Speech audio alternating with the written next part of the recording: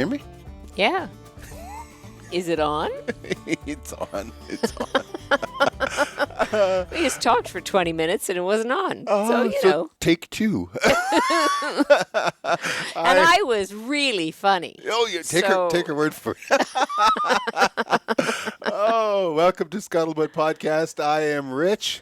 And I'm Sandi. And today we're going to talk to you a little bit about muskrat trapping because that is our first season of the 2018-19 trapping season. Isn't it funny, though? I mean, as rough as our muskrat season has been getting off to, that this podcast about muskrats has been rough, too. Yeah, it has. But you know what? Give it another go. So why are we having difficulties? Why are we having? Well, the biggest part is that we are trapping earlier this year than what we have, and I don't know why, but he's having a real hard time with the traps. Oh, I know how to set them. It's kind of like riding a bike that way, but I mean, I'll admit there's a little rust on the chain. I mean, I haven't caught myself. I mean, no, you've been trying. And I've been filming just in the event that he does snap his fingers into either a body grip trap or one of those nice little spring or coil spring traps. Yeah. Yeah. So we have our trapping season kicks off on October 1st, and this is what the 8th. 8th today. Yes, it's our youngest son's second anniversary today. Yeah, we just celebrated 39 a day or two ago. That's right, 3 days ago. Anyway, beaver and muskrat, fox, wolf, and coyote all open on the 1st of October, and none of the canines are anywhere near prime, even this far north. And the beaver really isn't either. But the muskrat, if we're going to get at the muskrat, we have to do it now before it freezes. Yeah. And this year, a little sooner than what we had originally intended, because normally we don't start till closer to the end of October. Yeah. But we got snow here on the 11th of September. Yeah. And then we had some brutally cold temperatures, so -7 we went to the Celsius, one night, so that's just about zero.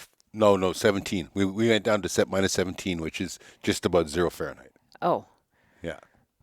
Did it get that? I didn't realize it got that cold. Yeah, it did. Well, there you go. The danger of that is when those ponds freeze, especially the small ponds that we target for muskrat, and that when they freeze like that, unless you get some really intense sun and some wind with it, that ice never comes off again. Yeah. And a ½ inch of ice is enough to screw us up in the canoe. Oh, absolutely. Yes. And it's done that before. Yeah. We had floats out one year, and we got a surprise mega frost that put a ½ inch of ice on a little pond, not very far from where we live, actually. So that was good because we were exhausted from pushing our way and smacking our way through all that ice to get our traps out and whatnot. It was just kind of brutal. Yeah, well, you thought it was kind of funny to begin with because you're up front breaking ice, and then when I was paddling, and let me tell you, you cannot get a canoe up to ramming speed. No, you cannot. It never becomes an icebreaker. It never gets on top of the ice and slides either. No, it's not enough ice to walk on, to slide a canoe on. You know, maybe the problem was maybe there was too much weight in the front of the canoe that we just couldn't pop up on top. Is that where you're going to go? Really? It's only because he's on film that he's brave enough to say such things. Okay, well, I owed you one from earlier today. Well, I have to tell you from earlier today. So we're out today, and we're picking up our traps because we were going to move to another pond. And I'm filming, and when I'm not filming, I'm paddling to the next set, and then I'm filming. And it was, anyway, I didn't realize that Rich had his toque on at such a cone-headed angle. Let's just say that. He looked like one of the cone heads off of SNL. So she's trying to take a picture. We're doing a little hero picture at the end there for putting up Instagram and all that stuff. And then she starts laughing and she can't breathe. And I was like, I don't know what's going on. I'm looking around like, what on earth? She starts talking about my toque. Well, it wasn't like I just put it on. It had been on all day? All day. And she filmed me all day with this on. Those of you watching this on YouTube will see the picture. I got to say, it's funny. Really is. Very unintentional, though. Oh, yeah. Yeah, it was. Yeah. Yeah. So our biggest problem, the reason why we have to use canoes is to get around for rats is the only way to cover a lot of ground quickly, the only way to move enough gear quickly. Yeah.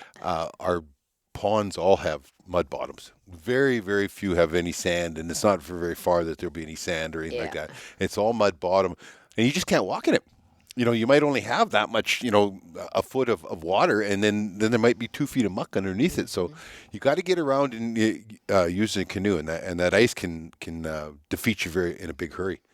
The other thing why we really target a lot of fall muskrats, even though they're not at their peak prime until later in the year, is that muskrats are rodents and they're not very bright, and they make a lot of bad choices. They're kind of like teenage boys, here, hold my beer. They're kind of like teenage boys and make a lot of bad choices, and they pick places where they can't survive the winter. And lots of times I've had so many folks say to me, you should see this pond. It is just covered in muskrat push-ups, and I can't wait till spring, and then there's nothing come spring. Yeah. They just don't make it. So we do most of our trapping in the fall. We do some in the spring, depending on the breakup. But we do a little bit of winter trapping, and it's for the push-ups, right? What are you laughing about? I was just thinking about last spring. Anybody saw the show? Richard took his phone for a little swim. Good Lord. I'd make more money on a trap line if I could quit drowning and losing phones. Although one of them I didn't lose. That's really not worth talking about. about. It is so. That's really not worth talking. Not when it's you that destroys an $800 phone. I lost it. I didn't destroy it. I have it. Yeah. We found it again. Odd story. We were traveling around in the Argo. I put it in the pocket of my jacket, but I hadn't zipped it closed. Yeah. And somehow it bounced out, hit the track of the Argo, didn't get run over, just laid on a like a track. And it's funny because that was upside down. That was just past where we'd been doing a little bit of scouting. So it was just past where I'd normally go, and I about 100 yards short of that spot, I take and make a turn and head back to the east. And so we never went over it all winter long. And we were setting up. It was in November. It was in November, and we found it when we found March, it in April? I think it was April because the snow was gone. Yeah. And it was a black phone, and it was laying face down, and we just drove up to it. So we have it. We dried it. Well, it didn't even really need to be dried out, and it was fine. So that's my phone now, because you got a new one. We do target them a little bit in the winter time, in the peak of the winter, when they are in their best condition. But most of the reason why we don't do a lot of winter rats is that most the good muskrat trapping, especially in Alberta, is in the farmland. Our big bush line where we spend them all the winter on, it's a very tough place for muskrats. And they do populate up a lake, and then the mink and the otter find the lake and they take care of them. But when I do find a lake, when I'm traveling around doing usually marten and that, I find a lake that has muskrat push-ups on it, then we'll go back and target them. I guess I should explain what a push-up is. Yeah. It's actually kind of cool. The colony that the muskrat lives in is made out of either reeds or cattails, around here anyway. Reeds, cattails, sometimes some mud in some places, that kind of stuff. But it's usually attached to the shore or in the weeds itself, right? And that's where they actually live in. Now, a push-up isn't something that they live in. The push-up is built on the ice, and it's out away from the shore. And what it is that as the ice starts to form in that, they take weeds off the bottom. Yep. And they take and push them up through a little hole.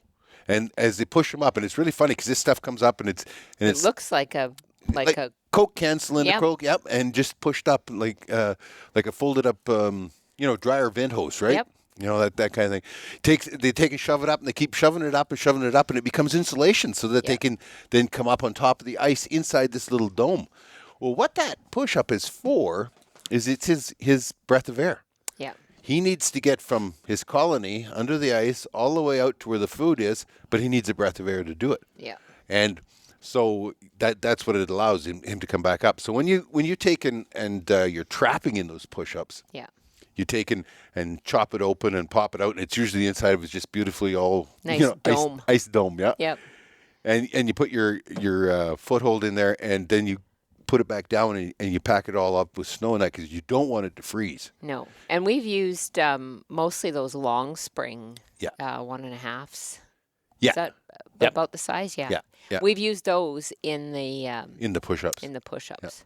But that takes a particular year when you find it. Now, the last couple of years, there hasn't been a lake that's had enough push-ups on it to target. Or I find them after the otter and mink have been there. And the otter and mink will actually dig a hole through the top of that push-up, go down and through, and chase the muskrat. I mean, it's another way for them to get under the ice. And then it just freezes up. The muskrat doesn't get back in time to seal it back up again. So when it comes to trapping muskrats, they are like just about the universal critter out there. And I think every kid starts with muskrats and squirrels, right? Probably. Yeah, around here, muskrat, squirrels, probably ermine, like weasel, because they're all there's lots of them in the farm areas. And they're relatively easy to catch. Yeah. And there are more ways to catch muskrats than there are to skin the vertebral cat, right? Probably. But it breaks down into killing sets and drowning sets is probably the biggest, the first way we can break it down. And when we talk about drowning sets, they're used in conjunction with water. But here's the funny thing. It's a misnomer. Yeah, a muskrat can't drown. Yeah. Yeah. They hold their breath. This is an involuntary function. Yeah. They cannot make a choice about this. So if they're held underwater, they just gray out and fade to black and they're dead. But there's never water in their lungs because they didn't drown. Yeah. Isn't that crazy? Nature. Yeah. Nature is a powerful thing. And one of the ones that we don't use very much of, though, is the colony sets. And a lot of our friends do, though, that are down more central Alberta way.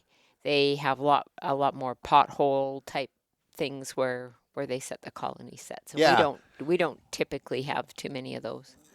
About the best place that I use, what they are is just wire cages that you sink underwater, and you sink them on a spot where the muskrat go through. Amazingly, muskrat practically walk on the bottom. Mm-hmm. A lot of people don't understand that. They think they're swimming through the water because you just swim on top of that. But when they're underwater, they just about walk on the bottom because you can see their trails. It's crazy. Interesting. Yeah, it's very crazy. So, but the only place that we use, I like what's called a funnel trap, and it's just a big tube made out of wire, and it's got a funnel on each end that has a one-way door in it. So the muskrat hit it, and they go through the middle, and then they can't get back out, and it's over very quickly. Usually at a culvert. You know, where there's running water through a culvert, that's a great place for that. Or if our friends down in the south there, they've got the muskrats coming in and out of these little potholes, and that they have paths, or little canals, and they take and just sink that colony trap, which is a square version of the funnel trap, and they sink it down in there, and they actually can find. They're lucky in southern Alberta because they don't get the snow that we do. And most years. Yeah, Calgary just got a big one, didn't they? Yeah, they should. Yeah, a couple of feet of snow there in October. But they can walk around on these frozen ponds, and they can see the bubble trails. Mm-hmm. Okay, so as the muskrat goes along, they're releasing bubbles underwater. They can see these bubble trails, and they'll just take and chop a hole down through the ice and drop that colony down there. Yeah, but it works really good for them, right? Yeah. That doesn't happen for us. Most of it here is we're using the footholds, and we're using them in a drowning situation. So they have to be around water where the trap and the muskrat are going to end up in the water, and they call it a drowner, even though they're not drowning. But technically, you mentioned that there are two types of traps that we use there. There's the coil spring, and there's the long spring. Yeah. So. Most recently, we've been using the Hags. The bracket. Bracket, yeah. Have to get the right term in. But we use just those little coil springs. 1.5 coil springs, yeah. And they can, they just easily, they don't clip, they just kind of... they slide in. They slide in. And we set them, depending on the day, I guess, but 3 inches or so below the surface of the water. Yeah. And then we put a little bit of carrot on a I don't know what's it called. Hags has an actual bait holder clip.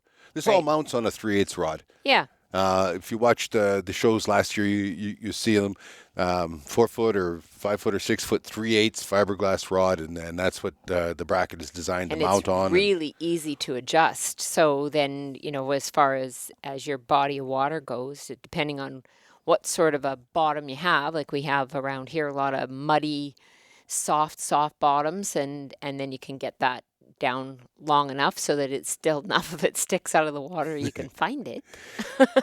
Yeah, so like you say, the bracket just slides, and because it's on this round rod, it just wedges itself. As soon as you take your hand off it, it wedges, and that's the height it's at.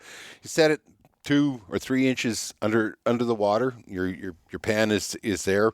I think they're 1.5 dukes that we were using. Yeah. And then up above it, it seems like the magic number is somewhere like 8 to 10 inches above the water. Yeah. We have Hags has a little spring wire clip that mounts on the pole On the itself. pole. And that also, when you squeeze it, you can just move it up and down really easily. And then so we just put a little bit of carrot on that. And it seems that the muskrat want to use that trap that's about that big in diameter as a ledge or whatever to grab at the carrot, and typically we catch them by the hind foot. Yep. The trap springs, it comes off of the bracket holder and falls into the water, and there's just on this little bracket. There's a slot in the face of it that the tongue of the trap. You know how a trap has you have your on the one side is your latch, your for your pan and that, and then on the other side there's that little tongue. Well, that tongue just slides into that slot, and that's what holds it. And as soon as it's disturbed with the rat or the trap going off, it pops out and into the water it goes. Yeah.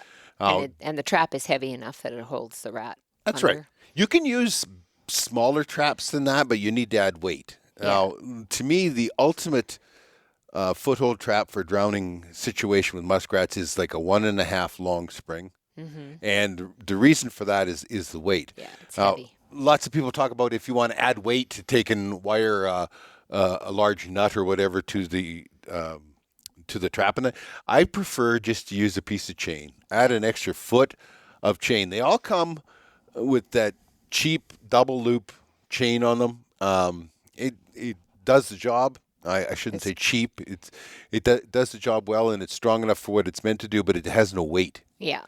So like a twist link chain, like a 1/4 inch twist link chain. And you don't have to add very much. No, a foot. Yeah. A foot is all it takes, and it just adds enough weight to make those lighter traps do the job very well. The Hags bracket system on the pole doesn't work quite as well with a long spring. I think you'd have to go with a smaller long spring for it to work, because the 1.5 is of course quite misbalanced for weight, right? Yeah. But the other thing that we're doing with Hags is it's a different kind of clip, and we use a body grip on that. Yeah, we'll get to that in just a minute. One thing I want to talk about though is with the 1.5s are usually very, very powerful springs, sometimes too powerful for muskrat. Two problems that you have. One, when you've got really, really strong springs, they can stand on that pan. Yeah. And it won't go off because there's just so much tension there, right? And then if it does, it's almost like they can cut them in half. yeah. So or you can cut a foot off. yeah. So what I do is I either change out the spring to a weaker spring, or you can use a blowtorch. Yeah, 15 seconds with the blowtorch and take some of the temper out, and because it takes nothing to hold them. No. And the one thing I wish I could figure out, maybe somebody out there could give us a tip on this. When they stand on that trap, they like to stand either on the end of the springs, yeah, or on the jaws. It's like there's got to be some magic thing that we can do to make them step on the pan. Yeah. Like they don't know that the pan's any different than the jaws or whatever. They just run into the jaws first, I guess. But because I've got lots and lots and lots of footage of them standing there on the on the jaws. Interesting. So The other system then, I guess maybe we should talk about floats when we're talking about the leg holds, the drowning Yeah. situation. The floats. Ours So are, they're about 2 feet long yep, and foot wide, foot wide, and we put that styrofoam SM. SM Yeah. on the bottom of them, and then they're well, they can be plywood or whatever on the top, and then we have it set up for a couple of either long spring or the coil spring. Yeah, I've got most of the coils on poles now, so Yeah. I mean the advantage of the coil springs on the poles is, man, oh man, you can take hundreds at once in Yeah. a canoe, whereas these 1 foot by 2 foot floats take up a lot of room. And weight. Yeah, they do get heavy, don't they? They are heavy. Especially when you're paddling into a big wind. Yeah. We haven't had to do that yet this year. I'm sure it's coming though. I'll be sure to serenade you when I do. I'm sure you will. So with the floats, I just drill a 2-inch hole right down the center of the float, and then I just use a stake, usually a 4-foot service stake, which in oil country is easy to come by. And the biggest advantage that they've got over anything else, those floats, is that they're automatically adjusting for water fluctuations. That's correct. Yeah. Yeah. So if you're doing a canal or anything like that, they come up and down very, very easy, right? As long as they don't go right up. Water doesn't get too deep and they go off the top and they're gone. And that's happened. Especially with wave action, actually. We've got a really muddy body and we've got to sink that stake in a long ways. If it gets really windy, we're sometimes chasing those floats all over the lake. So the other thing that we can use are killing traps, and that is the body grips. So 110s are legal for muskrat, but I never buy 110s. I have a ton of 120s for my Marten, and that's what we use. I only just release one spring is all, right? So you can either put them on a foothold. I see lots of, or not a foothold, pardon me. Put them on a float. Both start with F. It's been a long day. You put them on the float where you have a carrot behind them. Lots of people will have a float where you have a wall and you have a trap on each end, right? And then just take and set that killing trap right in front of the wall with a carrot behind it, and then they try to go through the trap to get to the carrot, and that's one way to do it. The other way that we've been having very good success with is with the Hags spring clip, once again on that 3/8 pole. Yeah. And again, it just holds it very easily adjustable for water height or what have you. And we put the carrot always before you set the trap, put it on the trigger. And I guess you can use other kinds of bait, but we've found that carrots work the best. We tried a beet actually this weekend. And I proved that nobody or nothing eats beets. Yeah. Anyway, we tried the beet and nothing happened with that, but there was a few carrots that didn't get eaten right in that little stretch too. So carrots is what we found to be. Parsnip might work. I know a lot of people that have good luck with parsnip. Another guy talks about how his neighbor has a crabapple tree and the crabapples hit the ground, and they're great muskrat bait. They could be. And somebody told us about a puck too, didn't they? Actually, I have some of them, and I haven't used them yet. Like an orange or a No, green? they're fluorescent green. They're green. They're fluorescent green. They're this big soft puck. Did you drink all your coffee? I need to warm up anyway. So bait is very important. I also think that something bright is important. Like a carrot is nice and bright. Parsnip, that white is bright. Yeah. But something that we've had is I've used stakes. Like we take a survey stake that we've just robbed off one of the job sites, and it'll have a ribbon fluttering on it. Muskrats will eat that ribbon. Yeah, they will. I don't know what that's all about. I don't know Does the either. ribbon attract them, or Color, I think. Anything that's maybe colorful or stands out as being a bit different, like the carrot and the parsnip and whatnot. Yeah. And the fluorescent green hockey puck. I don't know. It's strange, but it is it's been pretty neat that way. And then we do so we have that as the bait, but then we usually use a lure as well. Should I tell you how cone-headed your hair looks now?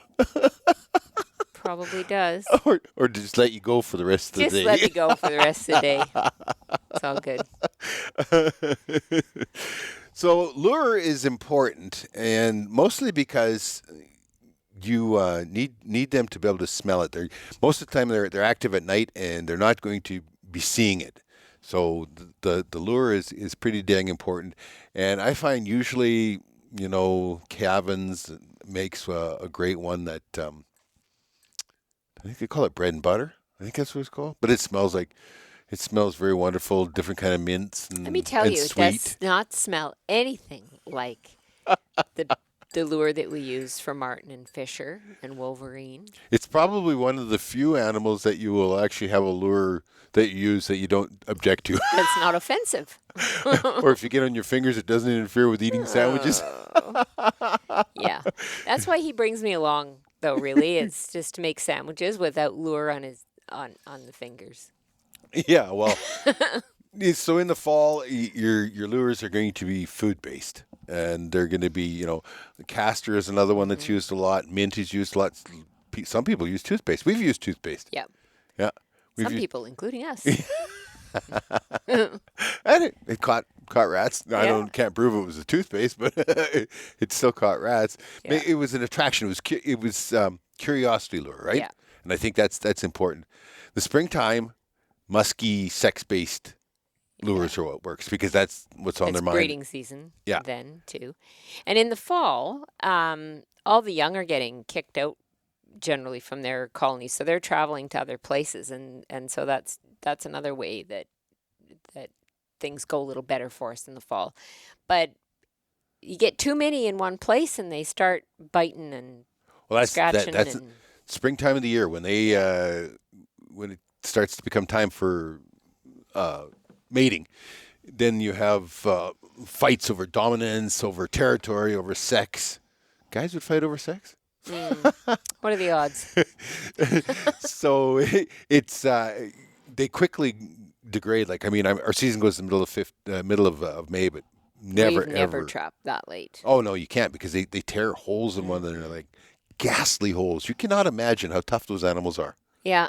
They just have innards hanging out when you catch them, and they still survive and go on, right? Yeah.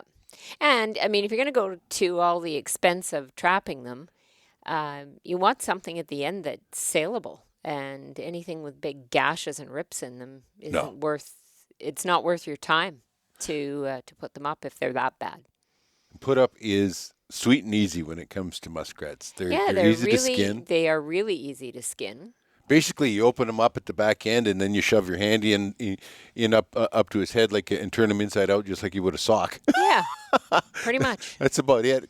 Couple of cuts around the nose. But it's important that you dry them first before you start out skinning them, because it just goes so much better. Well, you're right, and it's really important that they're dry when you put them on the board. Yeah. So one of the things that we do, and we wondered how, because up here, if you leave them outside, they're not going to dry. Not very well anyway. And no, they're going to freeze. Yeah. So they're going to freeze, and very difficult to dry them that way. So I don't remember. Was that something on one of the forums that we saw? So anyway, I wanted a tumbler. Yeah, I wanted a tumbler. Okay. That was what it was. We'd seen somebody had built a tumbler, but then Rich, and I don't think this is a unique idea because I think other people have done it too, but he got an old dryer. Are you saying I know, that you're not unique. Oh. I'm so sorry. You're breaking my heart. Anyway, he got an old dryer, and then he duct taped off the vent at the back and put wood shavings in it. Yeah, sawdust wood chips. What I got was an old natural gas dryer, and so there's no heat involved.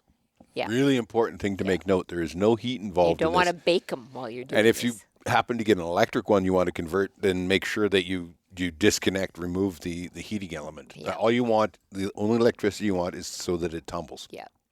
And, I can throw half a dozen rats in at a time and set the tumbler just for 5 minutes, pull them out, and they're very dry. Yeah. Why it's important is when you put it up on the board is that if it's wet, then your fur mats down. And when you talk to a fur grader, how they grade fur. They take and grab it at the back, and they just flip that back part, because you tube skin a muskrat, and so where it comes down to the tail, they just take and flip that up, and then they feel how thick the fur is back there.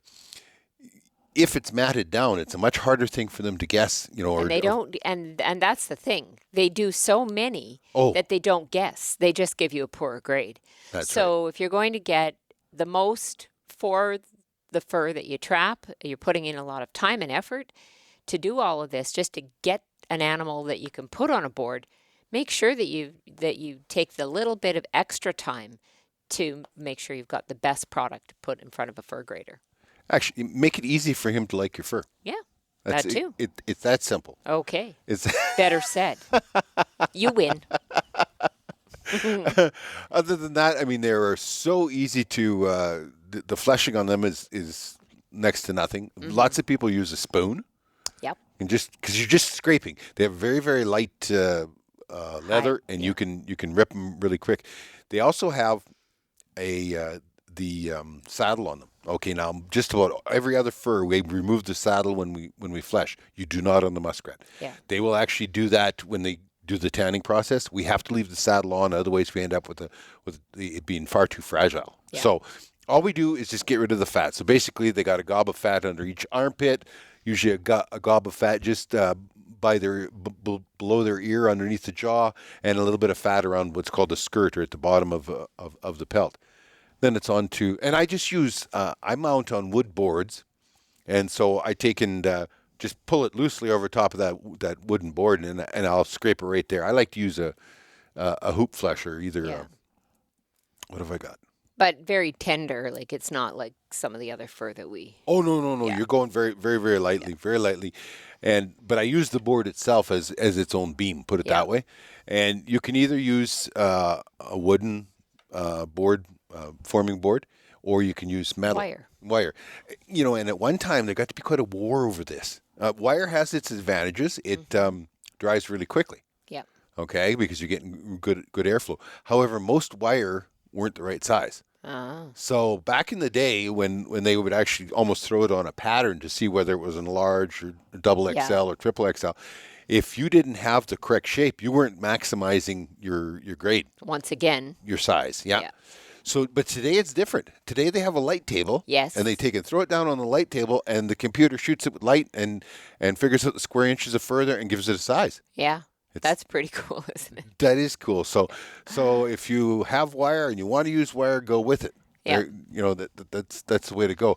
I kind of a traditionalist. I like the wood. And it's whatever you get used to and whatever you're good at.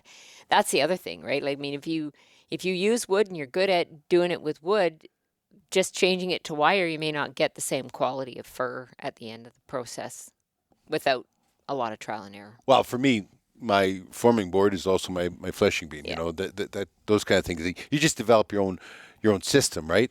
Yeah. Rats are stretched with the flesh out, and they stay that way. We don't reverse them. No. And that's why it's so very important to make sure that it's dry, so that there's some volume, some fluff to that fur inside.